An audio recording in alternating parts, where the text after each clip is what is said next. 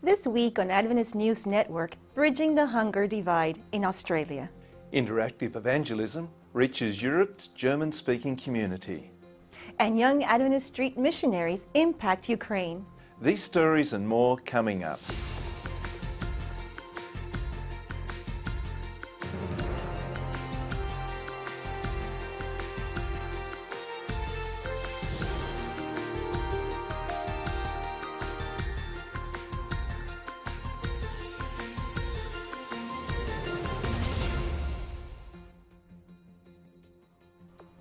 Welcome to Adventist News Network, a service of the Seventh-day Adventist World Church. Thank you for joining us. First in the news, the Prime Minister of the Bahamas is praising the Adventist Church's influence on society. Prime Minister Hubert Ingram called the church a beacon of faithful service and Christian stewardship to the Caribbean nation. He pointed out the church's support of young people, strong families and healthy lifestyles. Ingram also enlisted the church's continued help in promoting a culture of peace and non-violence in the Bahamas. The Prime Minister spoke during a recent dedication ceremony for the church's new headquarters in the Bahamas. New offices in Nassau will serve the nearly 30,000 Adventists in the Bahamas, Cayman Islands and the Turks and Caicos. The Adventist-run non-profit group Restore a Child is promoting World Orphan Day, coming up on November 14. Restore a Child is helping to improve many of those orphans' lives. The organization provides food, water, medical care, shelter, and education for thousands of children worldwide. Ministry to orphans is a long-time passion of Norma Nashed. She founded Restore a Child after visiting the Middle East, where as a young girl she was orphaned and raised by missionaries. The Christian churches are celebrating World Orphans Day the weekend of 11-11-11, and we do not want the Adventist Church to lag behind. There are 145 million orphans in the world. Every 2 seconds, a child is orphaned.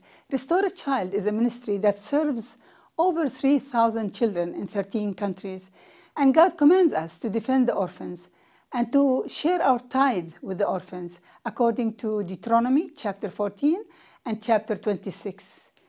We really need your help. If you would like to volunteer, visit our website www.restoreachild.org. Adventists in Australia are bridging the hunger divide literally. The church's Sanitarium Health and Wellbeing Company recently joined other food industry leaders to donate food for an edible replica of the iconic Sydney Harbour Bridge. Sanitarium donated boxes of its popular breakfast cereal, Wheat Bix, to the project. The hunger relief organisation, Food Bank Australia, built the food bridge to highlight the often unseen problem of hunger in Australia. 2 million Australians, half of them children, rely on hunger relief each year. The food was later distributed by local charities. Food Bank Australia staged the project to coordinate with the United Nations World Food Day. In South America, Adventists are offering their neighbors the gift of hope. Church members handed out thousands of copies of The Great Hope on a recent Sabbath morning. The Missionary Sharing Book is a modern language version of church co-founder Ellen White's book, The Great Controversy. One recipient told church leaders in Brazil that the book was the motivation she needed to seek a closer relationship with God. Church leaders in South America say the book traces how God has guided history and still provides answers for today's unsettled world. A new method of interactive evangelism is connecting with Europe's German-speaking community. The Faith Simple series is broadcast from the church's Stimme der Hoffnung Media Centre near Frankfurt. It runs until December 3 and is already reaching thousands of people. German speakers are gathering in over 500 registered sites at homes, churches and youth groups in Germany, Austria and Switzerland. While traditional evangelistic meetings are held in a church, this series is available online. It's designed to resonate with a postmodern, secular audience. Groups meet around small tables to watch a film clip instead of a sermon. Series leaders, Matthias Müller and Klaus Popper, introduce topics such as the Sabbath, prayer and salvation from a personal rather than a doctrinal angle. Later, the groups reflect on the topic and listen to a panel discussion with Mueller and Popper. Church leaders chose the two presenters to connect with very different generations. Mueller, who also directs the Media Centre in Germany, says the discussion doesn't end with the meeting. Hundreds of viewers linger for chat room discussions. Others call the studio to speak with a counsellor afterward. The team also encourages viewers to connect and offer feedback through Facebook. Joining us here in the studio today is Hope Channel President Brad Thorpe. Brad, you were an evangelist for 11 years. Mm-hmm. What was the interest like in Europe when you were ministering there? Well, for the 11 years that we worked in Germany and in Europe, well, there was a very high interest, a very good interest. Now, it's expressed in a slightly different way than what is common in North America, but in Europe there is a very, very high spiritual interest. And how does the Adventist Church go about doing evangelism, and how does this series, how is it different in Germany? Well, typically, the way evangelism is done, of course, is through personal witness, sharing books, pamphlets, magazines, Bible studies, youth camps. There's a lot of ways, and our members in Germany and Europe are very active in evangelism. Now, it's challenging because of the secularism of Europe, where people perhaps don't feel the need as perhaps they do in some other cultures.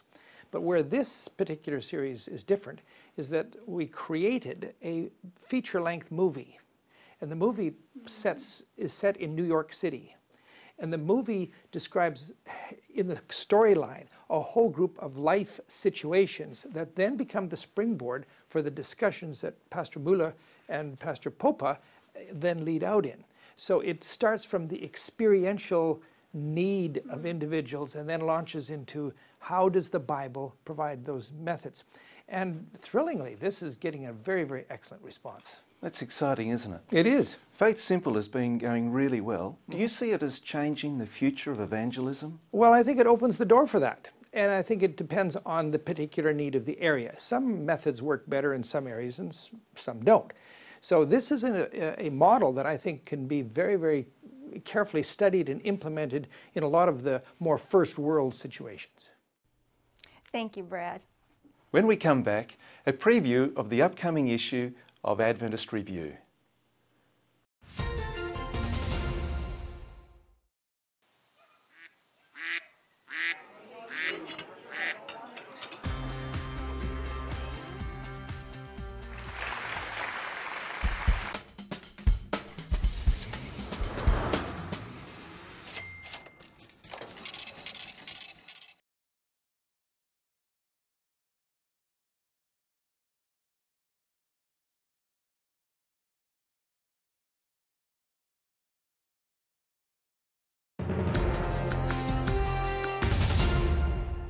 Welcome back. Here's Adventist Review Assistant Editor Kimberly Moran with a preview of the next issue of the church's flagship magazine. I'm happy to talk to you today about some of the articles in the November 10 issue of the magazine. We have published a cover on why churches and schools need to include special needs children and worship and learning. In this piece, written by former review intern Addison Hudgens, we meet several families with special needs children, and we learn their stories and how it is sometimes painful to try and involve their kids in church activities. The article also mentions special training with the North American Division in February. To read the article and get the information on the training visit www.adventistreview.org. Actually, you'll probably find these two articles on our website as well, but I wanted to mention them now because they both are inspiring to me. Jimmy Phillips, a columnist for us and also a former intern, writes about leading the young adult Sabbath school at the Hillcrest Adventist Church in California and about the commercialized Christianity so popular in the United States. Phillips claims that worship will be at the center of the great controversy. Read the article and let us know your thoughts via email to letters@adventistreview.org. The last article I wanted to talk to you about is written by another columnist, Dixel Rodriguez. Rodriguez's writing is clear, creative, and always touching. She doesn't fail to deliver in her latest column titled An Angel's Gift, which is about an experience she has working as a hospital chaplain to a 7-year-old brain tumor patient. Be sure to check this and other articles on the website at www.adventistreview.org and let us know what you think. In 1921, the Adventist Church collected the very first annual sacrifice offering to support the church's fledgling mission work. We asked Gary Krause to explain how the annual sacrifice offering is used today. The annual sacrifice offering has a very rich history within the Seventh-day Adventist Church. Traditionally, it is collected at the end of the week of prayer. And so that's a time when we can recommit ourselves to God and also to His mission. When I was a kid, the emphasis was on the sacrifice. And so thousands of Adventist families would give, including my parents, would give a week's salary to this offering. Today, 100% of it goes to global mission. And global mission is all about starting new Seventh-day Adventist congregations in new people groups and in new geographical areas. This can range from entire countries through to maybe a church plant in a city where we don't have many church members. The frontline workers for global mission are pioneers. These are lay people, usually young people, and they just go to a new area and they have one task, and that is to start a new congregation. Around the world today, there are thousands of new Seventh-day Adventist congregations that have been started because of the work of global mission pioneers. So if you'd like to support this offering, mark your tithe envelope annual sacrifice offering, or if you're at home, just log in to adventistmission.org, select Give Now, and you can give your offering there. Thank you for your prayers, thank you for your involvement, thank you for your support of this offering. And now, let's hear from Megan Bronner. She has this week's Adventist social media highlights. Our hashtag of the week was Best Advice, and here are some of your Twitter pearls of wisdom. Patterson Joseph said the best advice he ever received from his father was to always remember who he belonged to every time he left the house: God. C.J. Anderson quoted former North Pacific Union Conference President J.R. Patzer. If there's no cause for doubt, he said, there's no room for faith. iStory writer says her parents advised her to be liberal with others and conservative with herself. Left-Sider recalled the words of former General Conference Vice President Phil Follett, who said, remember to always keep learning, especially from those who are working under you. And Eve Rusk said, don't let your worries get the best of you. Remember, Moses started out as a basket case. In other Twitter news, Adventist Healthcare announced that they have become the largest buyer of green energy among healthcare providers in the United States EPA Green Power Partnership. For more about their green efforts, visit AdventistHealthcare.com. This week, we want to hear about what's on your bookshelf. Tell us about the best thing you've read lately by replying to Adventist News with the hashtag ReadingNow. And also make sure to visit us on ANN's Facebook page for even more breaking news. The world's leading religious liberty advocates will meet in the Dominican Republic in 2012. John Gretz explains why. The International Religious Liberty Association organizes a World Congress every 5 years. Every year we have regional congresses and local congresses, but every 5 years we have a big one. And it will be the 7th World Congress. It will be important because, as you can read in the news, religious freedom is a challenge in many places in the world today. There are about 40, 50 countries where you don't have religious freedom. We talk about a pastor who may be executed just because he became Christian, and it happens almost every week. Churches are burned and so on. It's important to be together. People who love religious freedom, people who want to keep religious freedom, has to do something. And a congress that like this one will give the opportunity to experts, religious leaders, officials to be together and to send a strong message to the world that we love religious freedom and we want to keep it for all and everywhere. Coming up, we learn how a popular Adventist magazine is reaching a global audience.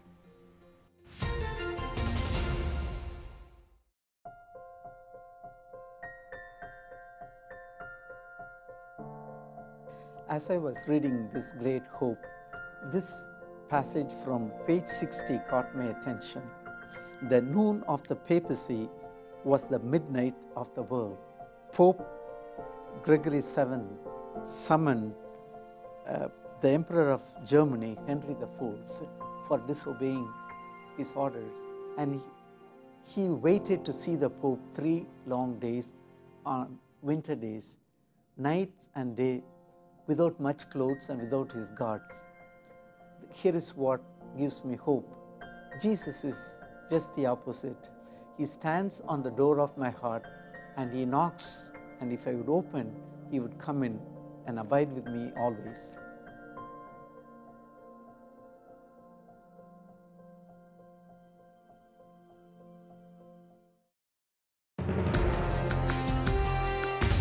Welcome back. For our Tech Corner this week, Claude Rishley tells us how Adventist World magazine reaches a diverse online audience. The Adventist World magazine was launched by the General Conference in 2005 with a clear mandate: to uplift Jesus Christ, uniting Seventh-day Adventists everywhere in beliefs, mission, life, and hope. Considering the scope and diversity of our membership around the world, it is quite an ambitious undertaking. English was, of course, the first language in which the magazine was printed, but we quickly added more: Korean and Indonesian, followed by French, Spanish, Portuguese, and German. Of course, the magazine is also available in those languages online. If you go to www.adventistworld.org and move the cursor to the top of the page and pull down the menu featuring 13 languages, you will see languages that are in the 1040 window as well, such as Arabic, Urdu, Vietnamese, Chinese. 7 of those languages are available in a convenient Flash PDF format that lets you read the magazine on your screen as if you were leafing through a printed issue. So let's say you would rather read the magazine in your mother tongue Spanish. No problema. Pull down the Select a Different Language menu and click on the language.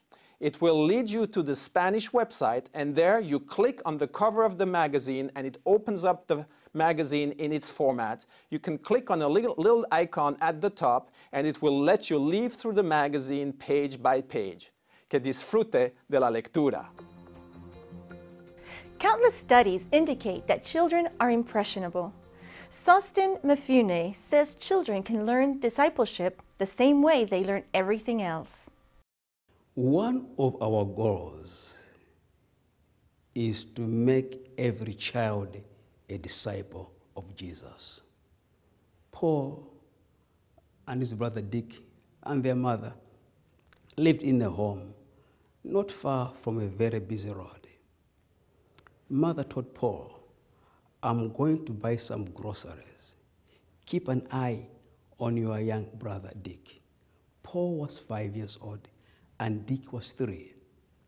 No sooner had the mother left than Paul went outside to play with his ball. His ball rolled, crossed the road, and Paul followed. No sooner had Paul crossed the road than he heard brakes screech. He turned around just in time to see a car hit his brother Dick. The small body flew in the air, landed on the pavement. Paul screamed, "Dick!" And Dick said, "Paul, I tried to follow you." And Paul replied, "I did not know that you were going to follow me." Parents, leaders, and everybody, whether we believe it or not, our children will follow our example. If we are going to make children disciples of Jesus, then let us live the Jesus we profess to believe in. Willie and Elaine Oliver recently stopped by the Taj Mahal while in India for church meetings. The couple brought back some advice on building modern-day monuments to your spouse. We just got back from India, what a wonderful place, and interesting and mysterious. And what is visiting India if you don't get to the Taj Mahal? The Taj Mahal is a wonderful edifice built by Mughal Emperor Shah Jahan. Started to build in 1632 in memory of his wife, his third wife, Mumtaz Mahal, who died in childbirth of their 14th child. We thought it was just an amazing edifice, and the fact that someone would have so much love for someone that they would build this incredible monument. So I asked my husband if he would build me a monument after I died, and he gave me an amazing response, which was, he's not going to wait until I die to build a monument. That it's so important for us to build monuments of love every day in our lives, monuments of peace and of love and forgiveness and understanding and patience. Imagine how wonderful our family lives would be if we would build monuments for each other every day.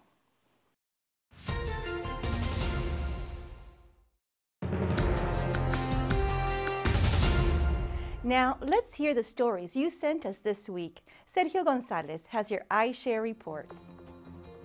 Welcome to iShare, where you bring us the news. We have two stories to share with you this week. One comes to us from the city of Berehove in the Ukraine, and the other from California in the United States. In the Ukraine, iShare reporter Gabor Norbert sends us a story about young adults from Hungary helping church members from Berehove hold street missionary programs. The group set up a health fair for the community to get their blood pressure and glucose levels checked. Activities for children included face painting and free balloons, while the grown-up visitors received a free copy of Pastor Doug Batchelor's book, The Richest Caveman. This is pretty neat. Volunteers also gave out free apples to anyone who traded in their cigarettes. It's pretty cool. The participants said they're excited to hold the event again next year, now that the community is more acquainted with the Adventist Church and its members. Over in the United States, Filipino Church in Glendale, California held a very special baptism recently. Youth Pastor Mark Lastimoso sends in this iShare report. Hello everyone, my name is Mark L. Lastimoso. I'm the Associate and Youth Pastor of Glendale Filipino Seventh-day Adventist Church. And I would like to praise God and share you the good news that our church, after participating in the NET 2011 Prophecy Decoded, we were able to baptize 7 precious souls for the Lord. But there's an interesting twist on this baptism. There was one who committed himself in his late 70s, a paralyzed, wheelchair-bound brother of ours who decided to be baptized against all odds. Well, God bless you. I hope you're inspired. Continue to pray for the evangelism projects of our churches here in North American Division. Thank you and God bless. We'd like to offer a big thank you to Gabor and Pastor Mark for your wonderful iShare reports this week. If you have a story of your own you'd like to contribute, please visit us at news.adventist.org/iShare. Finally, this week we hear from church historian David Trim. Welcome to This Week in Adventist History. On November 9, 1893, William Foy died. Foy was an African-American Free Will Baptist minister who in 1842 had 2 visions that Millerites at the time and Seventh-day Adventists since have believed were sent by God. Foy lectured for a short time about these divine encounters and was described as an eloquent speaker. But the prophetic ministry passed to Ellen White, who had heard him speak about his visions in Portland, Maine. She wrote later that it was remarkable testimonies he bore. Foy, who never became a Seventh-day Adventist, is buried in the Birch Tree Cemetery in East Sullivan, Maine. On November 12, 1891, Ellen White departed the United States bound for Australia. Her relations with church leaders had become tense since the 1888 General Conference session. In 1889, pioneer leader S.N. Haskell had gone on a round-the-world tour to assess possibilities of foreign mission work. And during his stay in South Africa, he wrote to Ola Olsen, GC president at the time, that in no other field is Ellen White more needed than in Australia and New Zealand. After much prayer, Ellen White decided to take him at his word and go. She remained in Australia for over 8 years until August 1900, and then she returned to America where she lived till her death. And that's This Week in Adventist History. Thanks for joining us for Adventist News Network. Tune in next week for more news from the headquarters of the Seventh-day Adventist Church. Don't forget World Orphans Day on November 14. In the time it took you to watch this program, 840 children were orphaned worldwide. And as always, visit news.adventist.org for daily news and videos. Until next week, God bless.